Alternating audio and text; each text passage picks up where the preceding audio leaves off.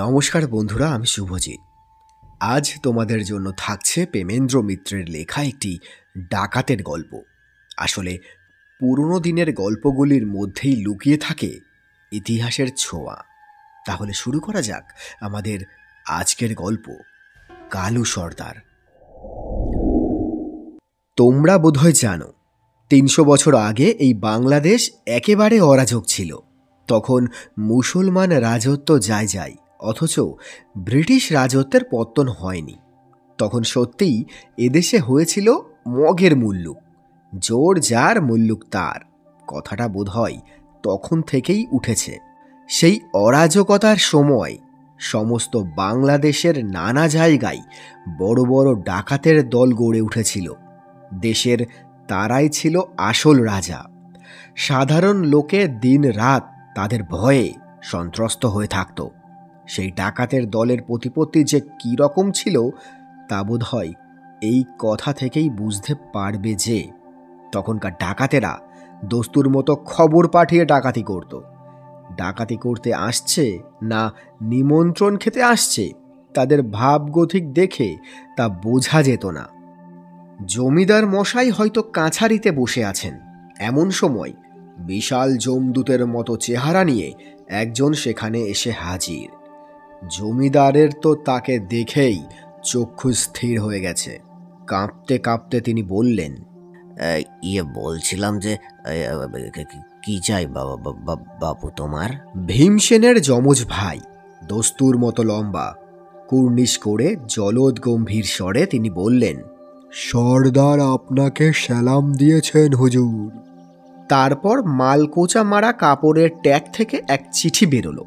জমিদার মশাই চিঠি নেবেন কি, হাতের তার কাঁপুনি থামে না। অনেক কষ্টে চিঠি যদিই বা নিলেন, তো পড়তে আর তার সাহস হয় না।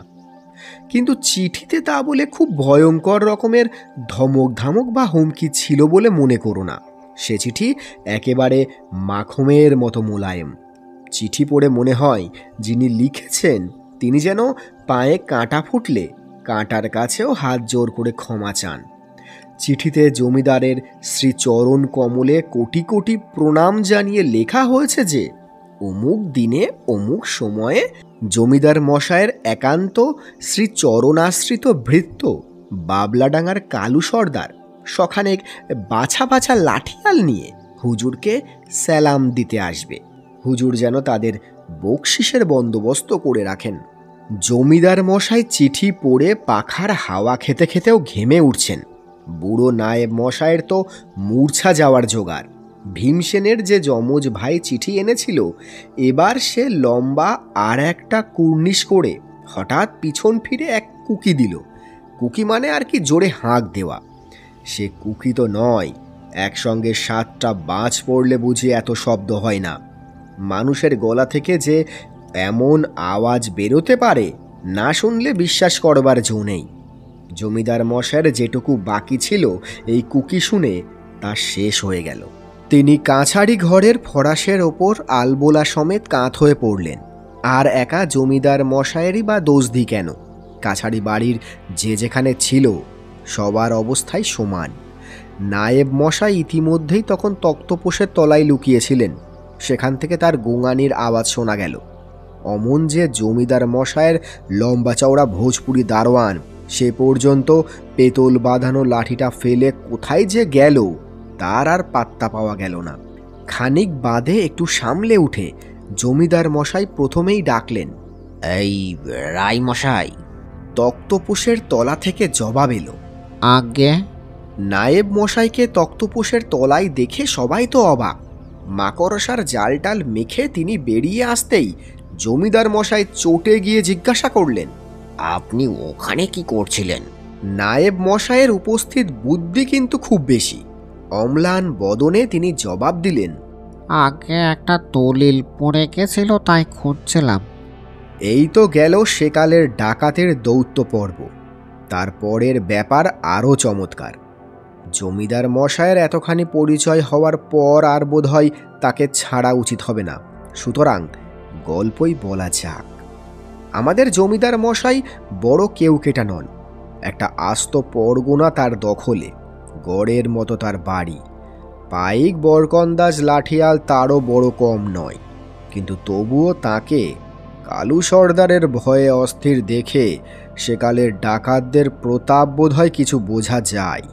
নায়েবের পর জমিদার পরামর্শ করবার জন্য ডাকতে পাঠালেন তার বড় ছেলে ধনঞ্জয়কে। অবশ্য ধনঞ্জয়ের মতামতের ওপর তার বিশেষ আস্থা ছিল এমন নয়। গোয়ার বলে তার আশা তিনি একরকম ছেড়েই দিয়েছিলেন। তবু হাজার হোক, বড় ছেলে তো, একবার ডাকা উচিত বলেই তার মনে হলো। কিন্তু পাইক খানিক খুঁজে এসে খবর দিল, তিনি নেই হুজুর। জমিদার মশাই অবাক হয়ে জিজ্ঞেস করলেন, এই এই এই, নেই কি রে? দেখে যা, আখড়ায় গিয়ে লাঠি চালাচ্ছে দেখে। বেটার ওই তো কাজ। চাষা হয়ে কেন যে জন্মায়নি তাই আমি ভাবি। আজ্ঞে তিনি সকালবেলায় বাহান্না গ্রামে গেছেন। জমিদার মশাই এবার মাথায় হাত দিয়ে বসে পড়লেন। মারলে, এরা সবাই মিলে আমায় মারলে। আমি জানি গোয়ার তুমি করে প্রাণটা দেবে। এই সময় বাবলাডাঙ্গা পেরিয়ে মাথা খারাপ না হলে কেউ যায়। হঠাৎ কি মনে করে তিনি জিজ্ঞেস করলেন, হ্যাঁ রে, সঙ্গে কারা গেছে রে? আজ্ঞে সঙ্গে তিনি কাউকেই যেতে দেননি। এবার জমিদার মশাইয়ের মুখ দিয়ে আর কথা বেরোলো না। খানিক বাদে নায়েব মশাইকে শুধু তিনি হতাশভাবে বললেন, মঙ্গলবার সিংহ দরজা খোলাই থাকবে, তাদের যেন কেউ বাধা টাধা না দেয়। নায়েব মশাই মনে মনে একরকম খুশি হয়েই ঘাড় নাড়লেন। ভীতু মানুষ, ডাকাতের সঙ্গে মারামারির ভাবনায় তার পেটের ভাত এতক্ষণ চাল হয়ে যাচ্ছিল। গভীর জঙ্গলের ভেতর ডাকাতদের আড্ডা। নামে বাবলাডাঙ্গা হলেও বাবলা ছাড়া বোধহয় সব গাছই সেখানে আছে, এবং সেসব গাছের ঝোপ এত ঘন যে দিনের বেলাতেও সেখানে অন্ধকার হয়ে থাকে। ৩-৪ জন লোক মিলে নতুন গোটাকতক রনপা তৈরি করছে। কালু সর্দার বসে বসে তাই তদারক করছিল। এমন সময় কাছেই জঙ্গলের ভেতর ভয়ানক হট্টগোল শোনা গেল। হট্টগোল তো নয়, মনে হলো যেন একটা দাঙ্গা চলছে। কালু সর্দারের শাসন একেবারে বজ্রের মতো কঠোর। তার দলের লোকেরা নিজেদের মধ্যে মারামারি করবে এ তো সম্ভব নয়। হট্টগোল অত্যন্ত বেড়ে ওঠাতে কালু সর্দারকে শেষ পর্যন্ত ব্যাপারটার সন্ধান নিতে যেতেই হলো। কিন্তু কয়েক পা এগুতেই যে দৃশ্য তার চোখে পড়ল তাতে কালু সর্দারকে পর্যন্ত স্তম্ভিত হয়ে দাঁড়িয়ে পড়তে হলো। 20-21 বছরের একটি গৌরবর্ণ যুবক কালু সর্দারের দলের একজন সেরা লাঠিয়ালের সঙ্গে লড়ছে। না, শুধু লড়ছে বললে তা কিছুই বলা হয় না। কায়দার পর কায়দায় বিপক্ষকে নাস্তানবুদ করে ছেলে খেলা করছে। কালু সর্দার মনে মনে এরকম ওস্তাদ খেলোয়াড়কে তারিফ না করে পারল না। দেখতে দেখতে ছেলেটির লাঠির এক ঘায়ে কালু সর্দারের দলের লাঠিয়ালের হাত থেকে লাঠি খসে পড়ল। তখন দলের অনেক লোক তাদের চারপাশে ঘিরে দাঁড়িয়েছে। এত লোকের সামনে অপমানে ও লজ্জায় লোকটা রাগে অন্ধ হয়ে পাশের একজনের হাত থেকে এক বল্লম নিয়ে ছুটতে যাচ্ছিল। হঠাৎ কালু সর্দার সামনে এগিয়ে এসে বলল, লজ্জা করে না? এইটুকু ছেলের কাছে লাঠি ধরতে না পেরে আবার বল্লম ছোড়া? তারপর ছেলেটির দিকে ফিরে সর্দার জিজ্ঞেস করলেন, তোমার নাম কি ভাই? কালু সর্দারের বিশাল সিংহের মতো বলিষ্ঠ চেহারার ওপর ছেলেটি দুবার চোখ বুলিয়ে নিয়ে বলল, তাতে তোমার কি দরকার? দলের সবাই তো অবাক। কালু সর্দারের মুখের ওপর জবাব।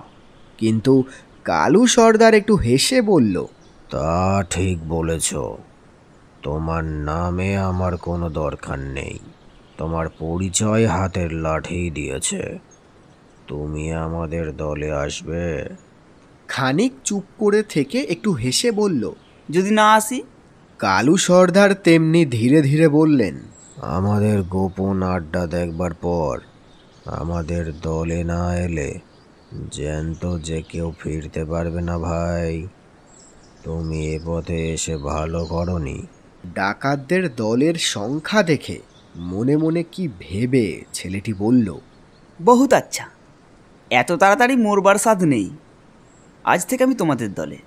কালু সর্দার এবার একটু হেসে বলল, তোমার নাম তো তুমি বললে না, তোমায় ডাকা হবে তাহলে কি বলে? ছেলেটি একটু চিন্তা করে বলল, ধরো আমার নাম ফেলারাম। দুদিনের মধ্যে ডাকাতদের দলে ফেলারামের খাতির আর ধরে না। যে কাজে দাও ফেলারামের জুড়ি মেলা ভার। লাঠি খেলতে, বল্লম ছুটতে, রন পায়ে দৌড়াতে, লাঠিতে ভর দিয়ে লাফ দিতে ফেলারামের সমান লোক ডাকাতদের দলে খুবই কমই আছে দেখা গেল।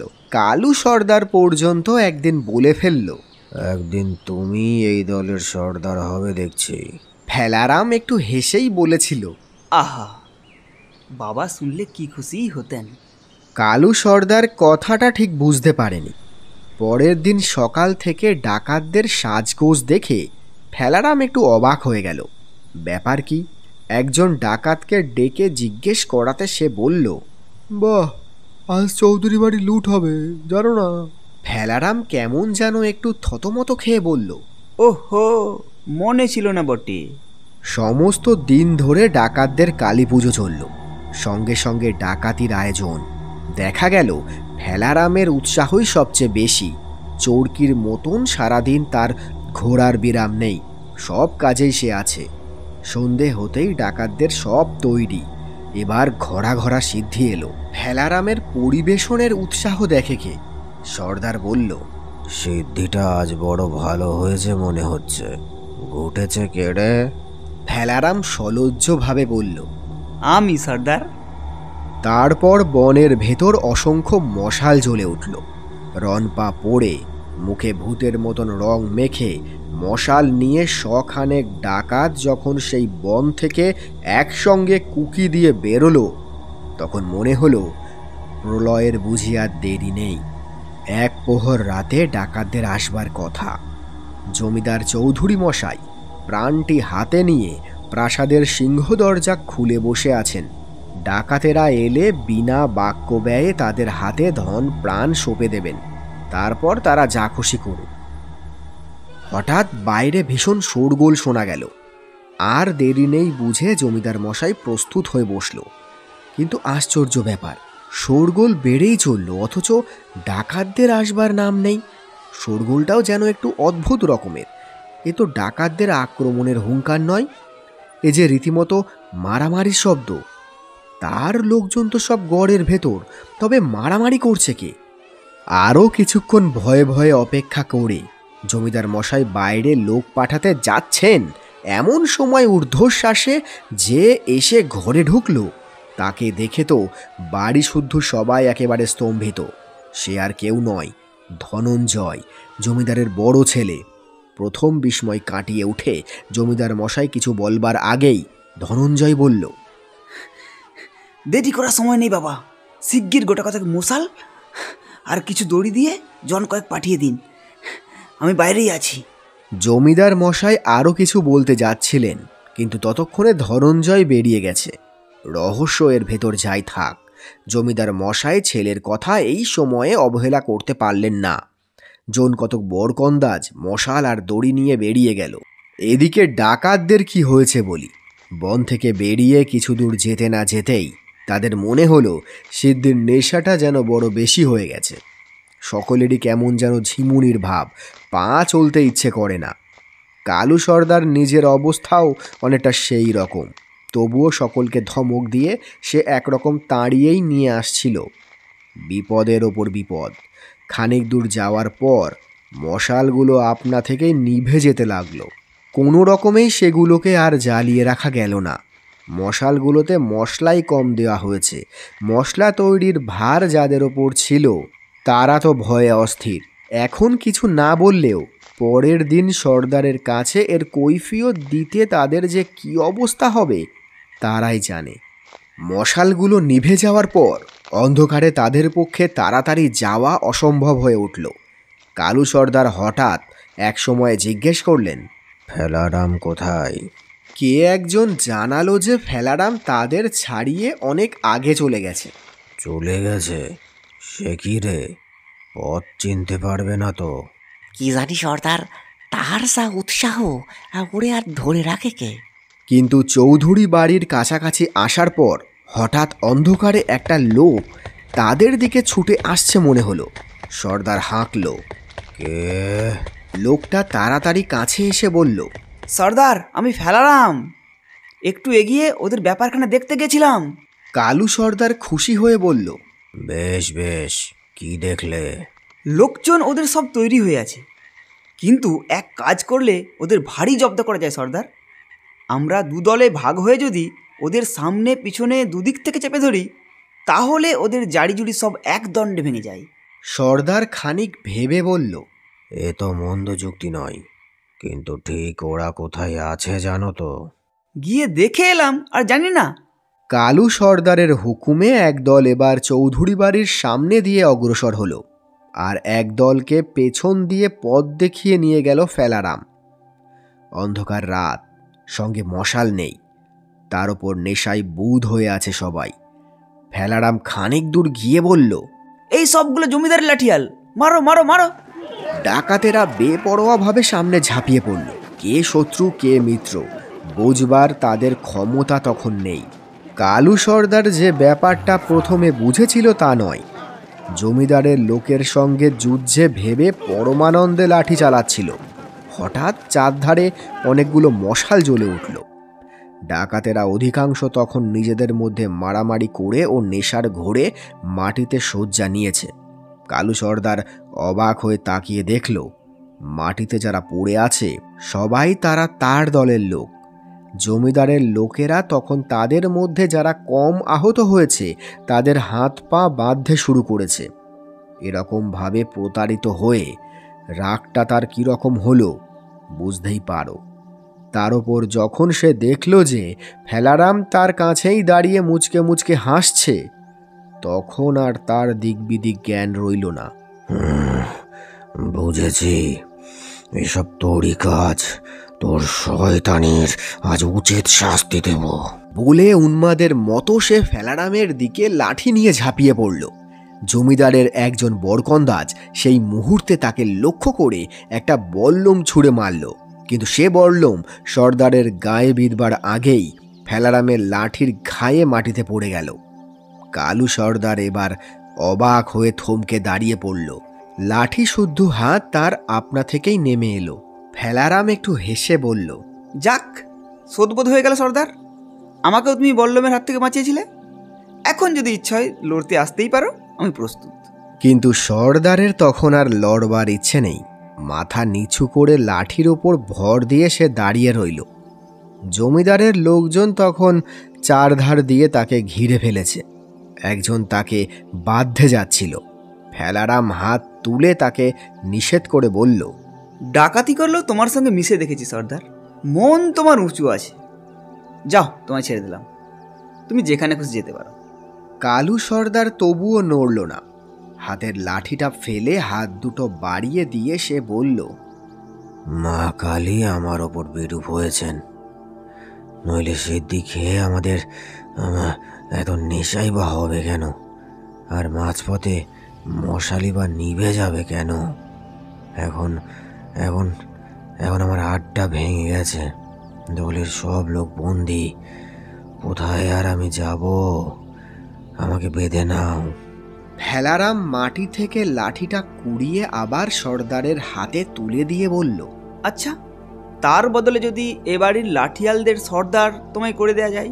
কালু সর্দার অবাক হয়ে বলল, আমায়? আমি তো ডাকাত। ফেলারাম হেসে বলল, তোমার মতো ডাকাতি আমার দরকার। বাজে লোকের সঙ্গে লাঠি খেলতে খেলতে প্রায় সব প্যাচ ভুলতেই বসেছি। কালু সর্দার হতভম্ব হয়ে জিজ্ঞেস করল, তো তোমার দরকার? তুমি কে তাহলে? ফেলারাম একটু হাসল। জমিদারের লাঠিয়ালরা হেসে উঠে সর্দারকে ঠেলা দিয়ে বলল, বোকারাম, জমিদার মশাইয়ের বড় ছেলেকে চেনো না? এবার কালু সর্দারের হাতের লাঠিটা আবার পড়ে গেল। তারপর কালু সর্দার সারা জীবন চৌধুরী বাড়িতে একান্ত বিশ্বাসী হয়ে চাকরি করেছিল বলে শোনা যায়। কিন্তু সিদ্ধি খেয়ে কেন সেদিন তার এত নেশা হয়েছিল আর মশালগুলোই বা কেন মাঝপথে লিভে গিয়েছিল, কোনোদিন সে তা বুঝে উঠতে পারেনি। নমস্কার বন্ধুরা, আমি শুভজিৎ। প্রেমেন্দ্র মিত্রের লেখা এই গল্পটা তোমাদের কেমন লাগলো সেটা অবশ্যই আমাকে কমেন্টের মাধ্যমে জানিও। আর তোমরা কোন গল্প শুনতে চাও বা ইতিহাসের কোন ঘটনার কথা জানতে চাও সেটাও আমাকে কমেন্টের মাধ্যমে জানাতে পারো। আর তোমরা যারা এই চ্যানেলের নতুন দর্শক বন্ধু, তারা প্লিজ চ্যানেলটাকে সাবস্ক্রাইব করে আমার পাশে থেকো। তাহলে দেখা হবে খুব তাড়াতাড়ি আবার একটা নতুন ভিডিওর সাথে। ততদিনের জন্য ভালো থেকো, সুস্থ থেকো এবং ক্রিয়েটিভ সোলের পাশে থেকো। Thank you.